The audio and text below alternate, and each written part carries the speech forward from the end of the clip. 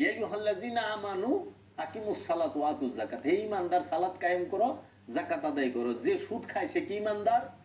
যে ঘুষ খায় সে কি ঈমানদার?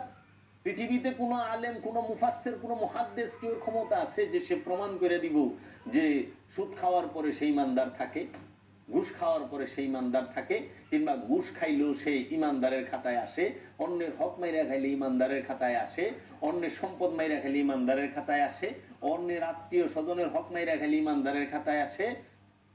পারবো? যে ঈমানদারি না হেরাবার নামাজ কি? কোরআন নিজে কইতেছে আরাইতাল্লাযী ইউকাজ্জিবু বিদ্দিন, তুমি কি ওই ব্যক্তিটাকে দেখছো যে দিন থেকে সর্বপ্রথমই বাদ? সে কে? ফাযালিকাল্লাযী ইয়াদউল ইয়াতীম, যে এতিমের হক মাইরা খাইলো, যে এতিমের সম্পদ মাইরা খায়, সে দিন থেকেই বাদ। যে দিন থেকেই বাদ, এর আবার কিসের নামাজ, রোজা, হজ, যাকাত? সালাত তো করতে হইব।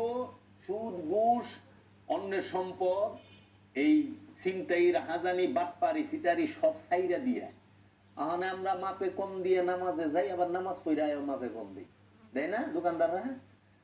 কিরে বাবা, এই সালাতে তোর স্বর্গে নিব, তুই বইরিস আশায়। এখন আমার ওয়াজ কেউ ভাল লাগবো না, এই ওয়াজ ওই যে মোল্লায় যেটা, কারণ হের পক্ষে গেলে ওই সময় হের একটু ভাল লাগবে, কারণ পক্ষেই সে তো আল্লাহর হাবিব বলছে, কেউ যদি আধা হাত জমিন কারো মাইরা দেয়, তার 7 তবক জমিন গলায় ঝুলায় দেওয়া হবে। আল হাদিস। আধা জমিন মারলে 7 তবক জমিন গলায় ঝুলাই দিব। আর তুমি তো পুরা পাখি গিলা হালাইছ, পাখির পাখি গিলা হালাইছ, তোমার কি বলবো বাবু? বাইস্তার হক দেও নাই, ভাইয়ের হক দেও নাই, বইনের হক দেও নাই, আত্মীয় স্বজনের হক দেও নাই, কিন্তু 5 ওয়াক্ত নামাজ। সালাতুল ইমানদারের জন্য, সিয়াম ইমানদারের জন্য, হজ ইমানদারের জন্য, কুরবানি ইমানদারের জন্য, যাকাত ইমানদারের জন্য। কোরআন বলতাছে আমানুর জন্য, আমানু আমানু আমানু। মুমিনের জন্য যাকাত নাই, মুমিনের জন্য যাকাত নাই, মুমিনের জন্য সালাত নাই, সালাতের হুকুম মুমিনের জন্য নাই। সালাত, মুমিন সালাতের উপরে থাকে,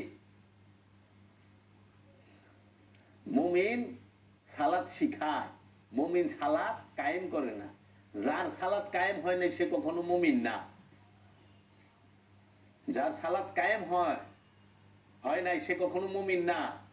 এজন্য আমানু আর মুমিনের তফাতের বেলা আলোচনা আইছে, তো ওই যে সামনে শুনবা, আমি কথা আছে মিডিয়া, যে আমানু আর মুমিনের পার্থক্য কি? তো একজন জিজ্ঞেসে, আলেম সাহেব বইছে, আমি কইলাম আপনি কি ইমাম সাহেব নামাজ পড়ান, আপনি কোন তো, আপনি কি আমানু না মুমিন?